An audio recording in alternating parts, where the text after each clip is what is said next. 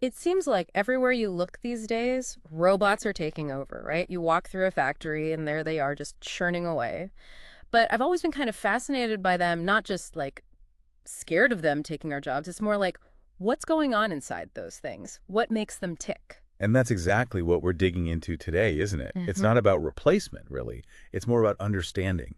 Understanding how these robots are engineered, what makes them so capable. The fundamentals, really. Yeah, totally. And speaking of fundamentals, you sent over a bunch of stuff for this deep dive, tons of learning materials, PDFs, diagrams, the whole nine yards. It's all about how these industrial robots work. So basically what we're trying to do here for you, dear listener, is to pull out the core principles, right? How they operate, what are they good at, what can't they do, and what's the real impact they're having on all of us. We want to make this clear, insightful, without getting too lost in the weeds. So let's kick things off. What are the big things that industrial robots do best? What are they all about? Well, when you boil it down, their operation is defined by a few key things. Automation, for starters. Once they're programmed, they can pretty much run their own with minimal human intervention. Then there's repeatability. They can execute the same tasks over and over again flawlessly with incredible consistency. And of course, they're tireless. These things can operate continuously without breaking a sweat. And at the end of the day, what they're really doing is taking over tasks that would usually require human effort. Automation, repeatability, tireless. That really hits the nail on the head when it comes to like the holy grail of manufacturing, doesn't it? Efficiency, efficiency, efficiency. Can you maybe give us some real world examples to kind of illustrate how these characteristics play out in actual factories? Sure, think about a car factory. You've got a robot that's been programmed to install a specific bolt. That's automation in action. Now, it performs that same bolt installation on every single car that comes down the assembly line, and that's repeatability. And it does this shift after shift, hour after hour, without needing a break, without complaining. That's tireless. And what does this mean for humans? It frees them up from that repetitive, potentially strenuous bolt-tightening task. That's replacing human effort. Wow, that really paints a picture, doesn't it? So we've seen what they do, but why? Why are these robots so integrated into our industries? What makes them such valuable assets? Well, looking at the sources, a few key advantages really pop out. First off, strength. For certain tasks, they simply outmuscle us. And then there's that tireless nature we talked about. They just keep going and going. And they offer this incredible consistency, a level of precision in their output that we humans just struggle to match over long periods. Plus, they can work in environments that would be pretty nasty or even dangerous for us. Oh, and let's not forget the financial side. Sure, there's that initial investment, but after that, no salaries, no benefits, no sick days. The economics make a lot of sense. Wow. Consistency, endurance, strength, and then that long-term cost effectiveness. It's a pretty compelling package, isn't it? But it's not a total takeover, is it? Like there are still areas where we humans have the upper hand, right? Where do robots really excel and where do we humans still hold our own? I think this is where things get really interesting, don't you? Absolutely. Robots really shine when it comes to those highly repetitive tasks. The kind of work that can lead to mistakes and boredom for us humans. They're also amazingly precise in their movements and how they apply force. They can do things that we just can't with incredible speed and accuracy. Plus, their memory's flawless. They don't forget steps, they don't miss details, and they can just execute those pre-programmed strategies perfectly, time after time. No deviation. Right. So if you need something done with absolute accuracy and consistency, robots are the champs. What about the human side of things? What are we good at?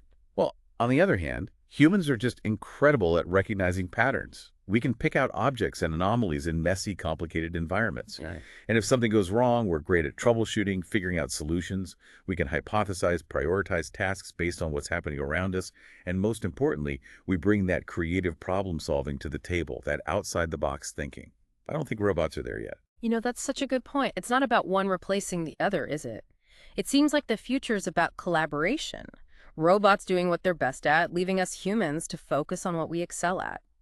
So, we've talked about what they do and why they're valuable, but how are they actually defined? What are the specs that matter when we talk about industrial robots? When you get down to it, there are three big ones: the number of axes, payload capacity, and the size and shape of their working envelope. Those are the things that tell you what a robot can actually do. Okay, axes, payload, work envelope. Those sound like the core metrics. Let's unpack those a bit, starting with the axes. What does that actually tell us about the robot? The number of axes basically tells you how much freedom of movement a robot has. Each axis is an independent direction it can move in. Generally, the more axes, the more flexible the robot, the more positions and orientations it can achieve. So you might have, say, a basic four-axis robot. It can move in three linear directions, like up and down, left and right, forward and backward. And then it has one rotation at the wrist. But a six-axis robot, that adds three more rotational movements at the wrist, which means it can pretty much twist and turn its tool to any position you need. So more axes equal more maneuverability. It makes Yeah, sense, right? Now, payload. That seems pretty straightforward. It's how much the robot can lift, right? But are there any nuances we should be aware of? you're right. Payload is all about weight. But it's not as simple as just a single number. It changes depending on how the robot is configured, where the load is in relation to the robot's body, and how fast it needs to move that load. You also have to think about wear and tear. Running the robot at max payload all the time can really put a strain on the components. Interesting. So payload is dynamic, not static. It all depends on how you use it. And what about reach or work envelope? That's about the space the robot can cover, right? Exactly. The work envelope is basically the three-dimensional space that the robot's end effector can reach. The size and shape of that space depends on the specific type of robot and its design. Things like the length of its arms and how far its joints can move. And importantly, the work envelope also affects the payload. A robot might be able to lift a heavier object when it's closer to its base, but not when its arm is fully extended. It's all connected. Got it. So we've covered the what and the how they're defined, but let's get under the hood now. What are the building blocks of an industrial robot? What are the essential parts? Well, you've got the controller, which is like the robot's brain. Then you have the manipulator, which is the physical arm structure, the part that moves. And finally, the end effector, or tooling. That's the part that actually interacts with the objects, the workpiece. Okay, controller, manipulator, end effector. Starting to get a clearer picture. Let's start with the manipulator. What does that actually consist of? What makes it move? The manipulator is all about movement. It's essentially a bunch of interconnected links, or segments, joined together by axes or joints. These joints allow for rotation or linear movement, depending on the robot's design. The manipulator also includes motors, which provide the power for these movements, and a variety of sensors that tell the controller where the arm is and what it's doing. It's a complex piece of machinery. So the manipulator is the muscle, the moving part. And we have the end effector, which is more like the hand, right? It's the interface with the physical world. Exactly. The end effector attaches to the wrist of the robot arm, and it's what lets the robot perform specific tasks. And the variety of end effectors out there is just amazing. It all depends on what the robot needs to do. And the materials you provided had some really cool examples. Let's talk about a few, just to illustrate how diverse these end effectors can be. What about MIG welding? What kind of end effector do you need for that? MIG welding end effectors are pretty specialized. The key thing is the tool center point, or TCP. That's the exact spot where the welding arc happens, and it needs to be super precise. Then you have to incorporate ways to deliver the shielding gas and the filler wire to the weld. It's all pretty complex and can get bulky. So it's not just about positioning the welding torch, it's about delivering all the materials needed for the weld too. That makes sense. What about something like paint spraying? Is that a completely different setup? Totally. Paint spraying end effectors are non-contact. They're all about those nozzles, designed to atomize the paint and direct the spray. Precision is key here too, making sure the spray pattern and distance are just right. These end effectors are often lighter than those big welding torches, but they still need to be sized appropriately to cover the area efficiently. Got it. No physical contact, just controlled application of paint. Now let's talk grippers.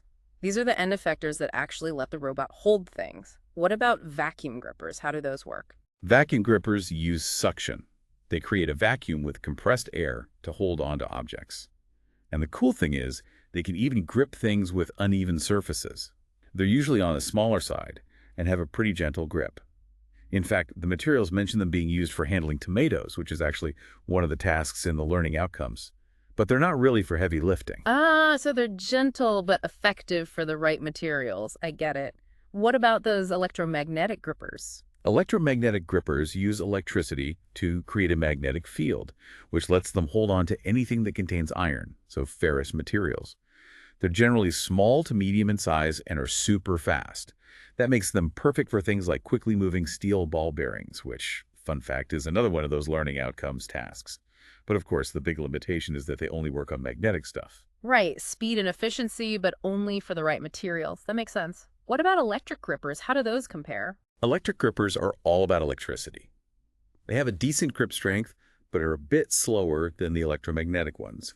They come in various sizes and are a good all-around option because they don't have that material restriction like the magnetic ones. Okay, so a good solid option if you don't need the super fast speed of the magnetic ones. Finally, what about pneumatic grippers? Those are the compressed air ones, right? Exactly. They use compressed air to move mechanical jaws. Usually they're for small to medium-sized objects and are perfect for pick-and-place applications. They're known for being simple and reliable. The source material mentions them being used to handle car engine cylinder blocks, which is another one of those learning outcomes tasks. That shows they can handle some pretty substantial parts. So we've got all these different grippers, each with its own strengths and weaknesses. From tomatoes to engine blocks, you need the right tool for the job. But it's not just about the robot and its end effector, is it? It's about where they work. So let's talk about workspace organization. What does that mean in the context of industrial robots? Workspace organization is all about arranging the robots, along with all the equipment and any human workstations, in the most efficient and safe way possible. It's like designing the whole factory floor with robots in mind. Efficiency and safety, those are definitely top priorities in any industrial environment. What are the key things to consider when organizing a robotic workspace? Well, the materials talk about a few important aspects. There's the feed of work, which means making sure there's a smooth, uninterrupted flow of materials to the robot. Then there's robot-to-robot work, which is about how multiple robots can be programmed and positioned to work together effectively. And finally, there's the overall material flow and logistics, which looks at how to optimize the movement of materials throughout the entire workspace. So it's really a holistic view, isn't it? It's not just about one robot. It's about how it fits into the whole system. We've talked a bit about applications, but let's broaden our perspective. Where do we typically see industrial robots being used, and what kind of impact are they having on those industries? You see them everywhere, really. As we've said, manufacturing's a big one, from assembly and welding to painting.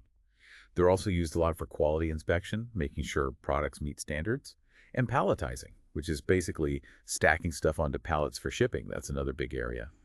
We're also seeing more and more robots working alongside humans, collaborative robots or cobots.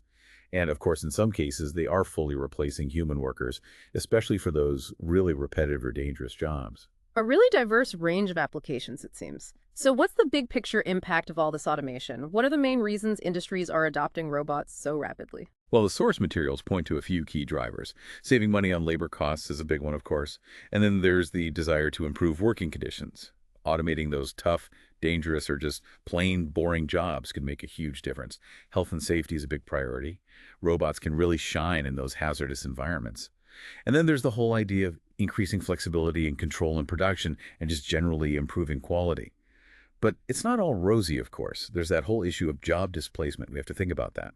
But on the other hand, there's often an increase in demand for skilled workers in areas like robot programming and maintenance. It's a complex issue for sure. It's that double-edged sword, isn't it? More efficiency and safer workplaces, but also the need to adapt and learn new skills. Now, let's move on to something a little different. What are the main types of robot systems out there? What are the flavors of robots, so to speak, and how are their work envelopes defined? There are a bunch of different designs, each with its own strengths and weaknesses. The main types are Cartesian, polar or spherical, cylindrical, jointed arm, Scara, and Delta robots. A whole buffet of robots. Let's start with Cartesian robots. What are their hallmarks? Cartesian robots are all about linear motion. Think of it like a system that moves along the X, Y, and Z axis in straight lines. They're strong, rigid, and great for tasks that need precise positioning, like those gantry systems you see moving heavy stuff around. Their work envelope is usually rectangular or cube-shaped. It's all about those straight, controlled movements. Strong, linear, and precise. They're the workhorses, it seems.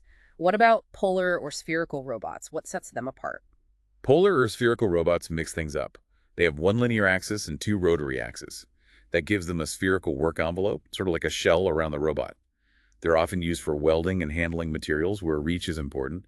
The trick is balancing that reach with precision, especially as you get further away from the base. I can see how that spherical reach would be useful for accessing different points within a volume. Now, what about cylindrical robots? Cylindrical robots have two linear axes and one rotary. Their design is often very compact, especially at the end of the arm, so they're great for working in tight spaces. You'll see them in those densely packed production lines where space is at a premium, and, as the name suggests, Their work envelope is a cylinder. So they're the compact specialists. What about the jointed arm robots? They seem to be the most common type we see, right? You're absolutely right. Jointed arm robots, also known as articulated robots, are everywhere. They have 3 or more rotational axes, which gives them incredible dexterity. They can really mimic the movements of a human arm, reaching around obstacles with ease. Their work envelope is complex and multifaceted, plus they can handle heavy payloads. They're truly versatile. The all-rounders, then. Now, SCARA robots, that acronym always makes me think of something exotic. What does it stand for, and what are these robots all about? It stands for Selective Compliance Assembly Robot Arm. They're designed for high-speed, high-precision work, but mainly in the horizontal plane. Their work envelope is like a big donut shape. Think assembly lines, where speed and accuracy are critical. They're very good at those intricate tasks, especially insertions. They're designed to be compliant in the vertical direction, which helps with that.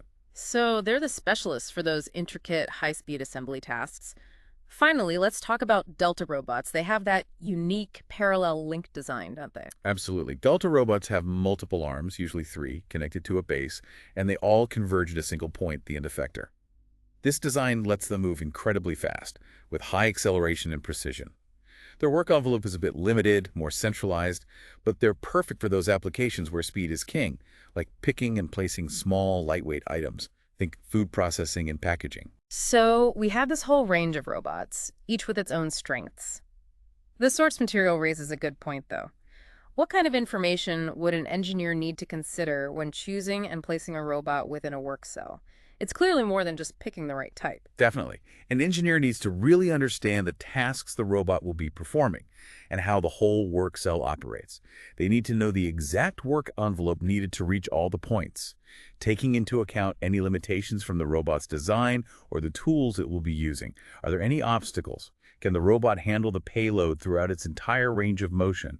It's all about matching the robot to the job and the environment. Makes sense. It's about understanding the real-world constraints. Now, how does a robot actually know where it is within this workspace? That brings us to reference frames, right? What are those exactly? Think of reference frames as coordinate systems that the robot uses to understand its position and the position of objects around it. It's like its internal map of the world. Okay, so it gives the robot spatial awareness. What are the different kinds of reference frames a robot might use? Well, there are a few key ones. The world frame is the fixed overall coordinate system for the whole workspace. It's like the master map. Then there's the joint frame, which defines the robot's position based on the angles at each of its joints. So it's like the robot looking at its own body. The tool frame is all about the end effector. It describes the position and orientation of the tool relative to the robot's wrist.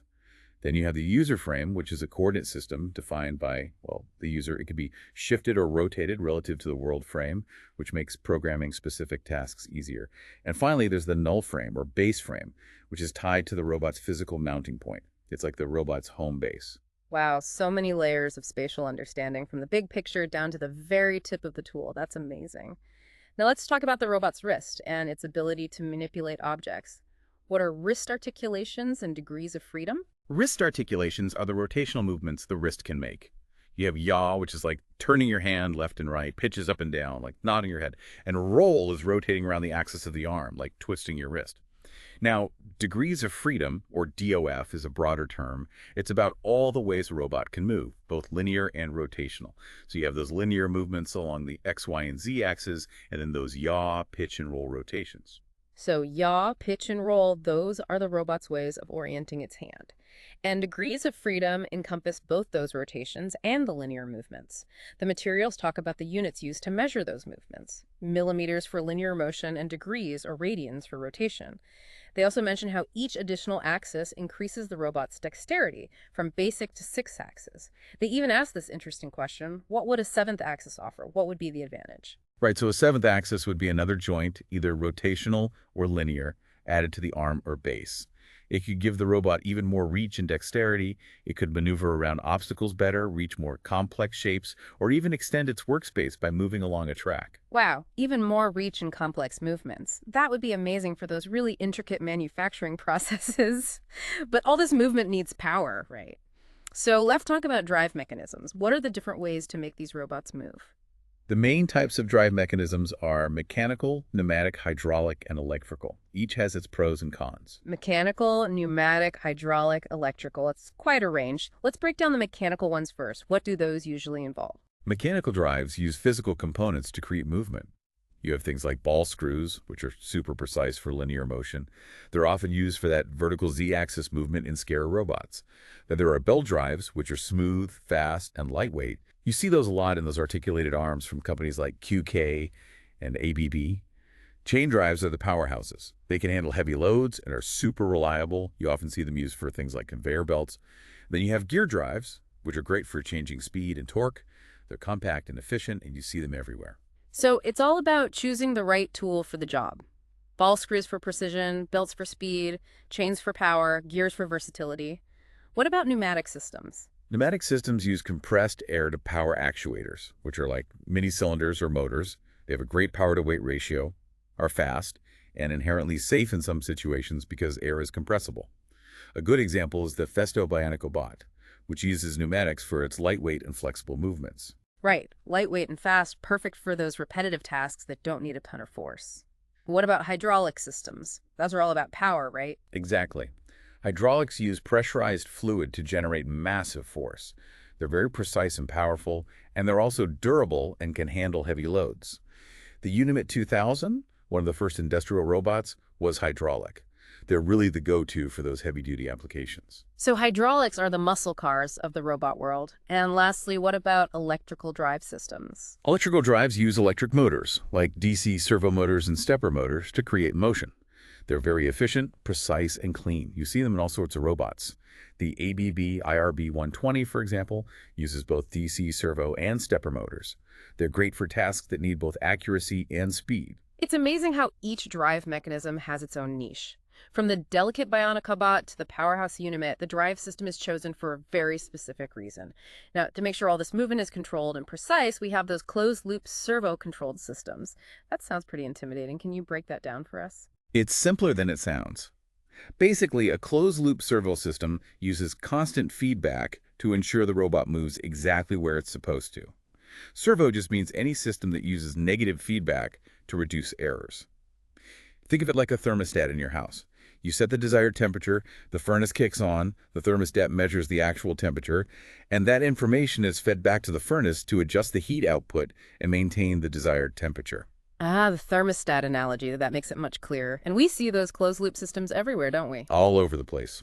Your washing machine regulates water levels and temperature, your fridge keeps a consistent temperature, your robot vacuum cleaner maps your room, and even those smart home systems adjust your lights based on sensor data. It seems like this constant monitoring and adjustment is the key to any automated system. So how does it work in industrial robots? How do they achieve those super precise movements? For industrial robots, it's all about ensuring those axes move accurately and consistently. And it involves a few key players.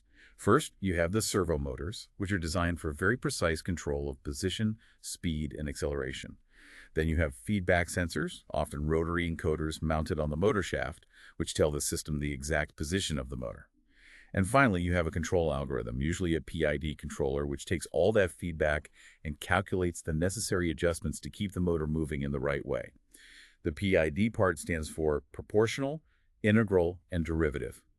The proportional part reacts to the current error, the integral part helps eliminate steady-state errors over time, and the derivative part anticipates future errors based on the rate of change of the current error.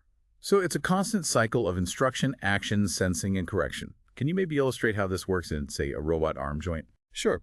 Imagine you tell a robot arm joint to rotate to a certain angle.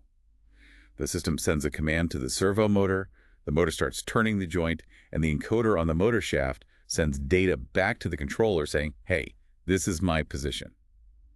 The PID controller compares that actual position to the desired position. If there's a difference, an error, the controller tells the motor to speed up, slow down, or change direction to eliminate that error. And it does this constantly, so the joint reaches and holds that commanded angle with incredible accuracy. It's all about that feedback loop, constantly making those tiny adjustments. And the materials also mention input signals, output signals, and feedback signals when talking about industrial robots. What do those terms mean in this context? Right, so input signals are the commands, the instructions that tell the robot what to do. These can come from a human operator using a teach pendant, from a pre-programmed sequence, or even from sensors that detect something in the environment and tell the robot to react. Output signals are the electrical signals that the controller sends to the actuators, mainly the servo motors, to actually make them move. And then, of course, you have the feedback signals, which are those crucial pieces of data coming from the sensors, like those position encoders, but also potentially force sensors or even cameras. This feedback is what makes closed-loop control possible. It's how the system knows what's actually happening and can adjust accordingly. So input commands initiate the action, output signals make things happen, and feedback signals keep everything on track. That cyclical process is the brain behind the robot's movements. Exactly. It's what makes them so precise, stable, and adaptable. Well, this has been a real journey, hasn't it? A deep dive into the world of industrial robots. We've talked about how they work, the specs that define them, their components, how their workspaces are organized, the different types out there, those reference frames, the dexterity of their wrists, the power behind their movements, and those amazing closed-loop servo-controlled systems. It's so much more than just a mechanical arm doing a job. It's a complex and fascinating technology. You've really hit the nail on the head. Understanding these fundamentals is so crucial for appreciating just how capable and sophisticated these robots are. They're truly remarkable. They really are. And as we wrap things up, here's something to ponder for you, dear listener. With all the advances we're seeing in artificial intelligence and those incredibly sophisticated sensor technologies, what do you think the future holds for robots and humans in those industrial settings? Will those lines continue to blur?